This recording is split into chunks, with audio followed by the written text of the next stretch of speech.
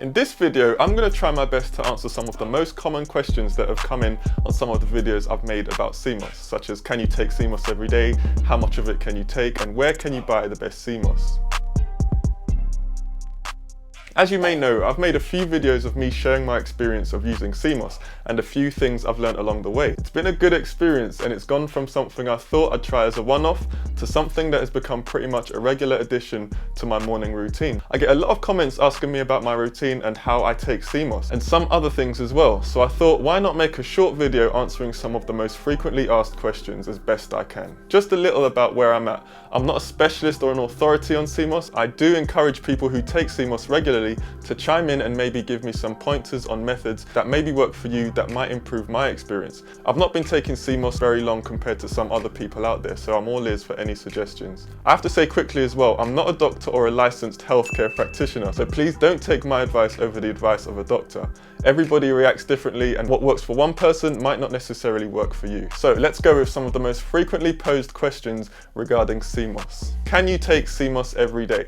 I get asked this question quite a lot. I know a few people who do take seamoss every day and they swear by it, and I know a few people who take it once or twice a week and have had great results from it. There are other factors that come into it, such as what sort of seamoss you take, what form you take it in, how it's been prepared, etc, etc. And as you may know from a previous video, not all seamoss is made the same, so the potency isn't always standardized. By that I mean if somebody tells you, oh, I take 2 tablespoons a day, you don't know how they prepare their seamoss, whether it's more on the watery side, meaning it has less leaves in it, and is more likely to be less potent, or if it's super thick and rich in texture, which will likely have less water and more leaves in it. And then when you get to the capsules, some capsules don't give you the dosage amount, so you don't really know how much of it you're taking. Many articles online will tell you that you can take it several times a day, and a lot of them are trying to sell a product, and so them telling you to take it so frequently means that they sell more product. So you do need to do a little bit of investigating to see what works for you. Me personally, I currently take seamoss every other day. I haven't always taken this much. At the start I was taking a small amount every day.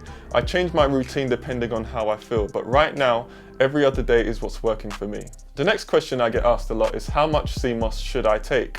The answer to this one sort of leans into the previous answer. Personally, I've always kept it conservative and I've still seen a massive effect. If you've just bought or made some gel yourself, then great. If you haven't had it before, my advice would be to start off small, as you may not know how your body will react to it.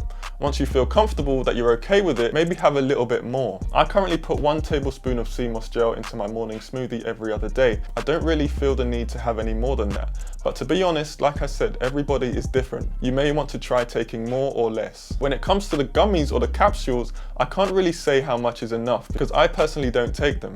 The key here is listening to your body because only you really know if something makes you feel good or bad. The next question is a very common one. Where do you buy your seamoss? I get this question a lot. I currently don't have one single person or supplier that I get all of my seamoss from. Instead, I have a short list of sellers that I always go back to. A while ago, I realized that it's quite difficult to find good quality, reliable seamoss providers. And it's kind of like the wild, wild west out there with everybody doing their own thing and saying their stuff is the best and some making wild claims that make it really hard to choose who to buy from. So I decided to create my own little short list. I made this list because it's a good way to keep up to date of what seamoss is good quality, what seamoss I've tried, and what sellers seem to be consistent with their products. It's a shared list between me and a few associates, so I'll check what sellers have a good product, who is open about where and how their seamoss leaves have been harvested, and if it satisfies my suspicions, then I'll add it to the list. I do share access to this list in my free ebook. If anybody is interested, I'll put a link in the description if you want to download it. The ebook also has some information about what you should look out for when you're buying seamoss as well. How do you prepare your seamoss? I did actually make a video detailing the process I used to make my first ever batch of seamoss, which I'll put in the description or flash up in the corner.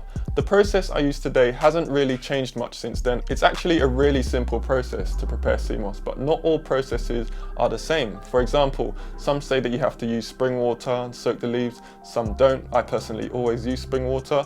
Some have even said that you should use carbonated water to soak the leaves. I've never tried that one though. Also, there's the should you or shouldn't you boil seamoss argument. I've tried boiled and I've tried non-boiled. I'll link to that video in the description if you want to see how that went. Worth mentioning also is that you might hear some people do tend to add their own twists or ingredients to their preparation, which is fine. Some add things like cinnamon or ginger, mainly for taste, but it's whatever works for you really. In all honesty, it's a really basic process. I don't do anything fancy. The next question is, how long does seamoss gel last? When stored in an airtight container in the fridge, the gel should last you for about a month. It's harder to tell when it comes to gummies or skincare products because they don't always tell you when the seamoss was harvested, how it was harvested, or what type of seamoss is actually in there, so I avoid things like gummies and capsules. If you do take gummies and capsules and they work for you, then don't let me stop you from taking them, but they're just not for me. How do you know if your seamoss has gone bad? It's pretty easy to know when your seamoss gel has gone bad. The smell is very strong and you might even see mold growing in the jar. Also, if you get that far, the taste will change as well. Trust me, you'll know when it's gone bad. If you do notice your seamoss smelling really bad, then you have to just throw it away. It can make you really sick. A way to avoid this is once you make a batch, bag it up into smaller portions and store the portions in the freezer. Seamoss can be frozen. Just store enough for a week or two in the fridge that you can use every day, and then bag the rest up and store that in the freezer. So that's pretty much the frequently asked questions. I also wanted to add, try not to focus on seamoss being everything. By that I mean, there's a lot of focus on whether it does or doesn't work for you. But the fact of the matter is, there are other factors at play, such as if you don't drink enough water every day, or your diet is full of a lot of bad foods. And also if you don't get enough movement every day. Seamoss isn't going to turn everything around. Please don't look at seamoss as a magic overnight cure. If you're going to bring seamoss into your diet, then use that same energy to look at other things in your lifestyle that you can change and improve as well. That way you'll get a whole lot more out of seamoss, trust me. Also, for those who've been taking seamoss regularly for a really long time, please share your answers to some of these questions in the comments below. I love hearing from others about their journey. So with that being said, thank you for watching and I'll see you on the next one.